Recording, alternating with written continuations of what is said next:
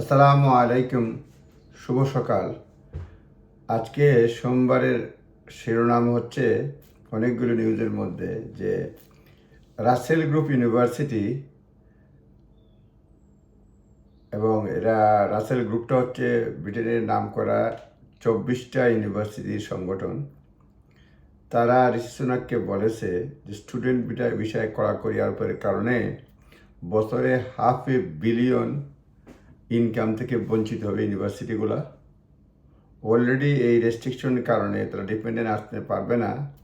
জানুয়ারি থেকে March 2024 already তাদের application 44% কমে গেছে,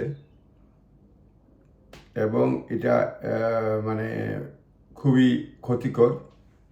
পাশাপাশি তারা বলছে পোস্ট গ্রাজুয়েটেও স্টুডেন্ট অ্যাপ্লিকেশন কমে গেছে 10%, এবং টোটাল তারা বলছে যে সরকার ইমিগ্রেশন রেস্ট্রিকশন নামে স্টুডেন্ট বিষয়ে যেটা রেস্ট্রিকশন তারা আরোপ করেছে, এটা সেলফ হার্ম, খুবই ক্ষতিকর, এবং এটা চলতে থাকলে আগামীতে আরও ক্ষতি হবে। সুতরাং তারা স্টুডেন্ট ভিসায় কড়াকড়ির বিরোধিতা করেছে এবং ঋষি সুনাককে জানিয়ে দিয়েছে।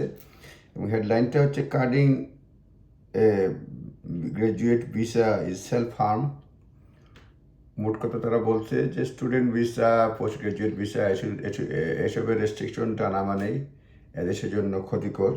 হেডলাইনটা হচ্ছে chief executive the Russell group, which represent 24 leading UK universities, has warn that slashing international student visa benefit could cost universities £500 billion next academic ইয়ারে £500 বিলিয়ন তারা ক্ষতিগ্রস্ত হবে শুধুমাত্র এই রেস্ট্রিকশনের কারণে, এবং অলরেডি এফেক্ট পড়তে শুরু করেছে।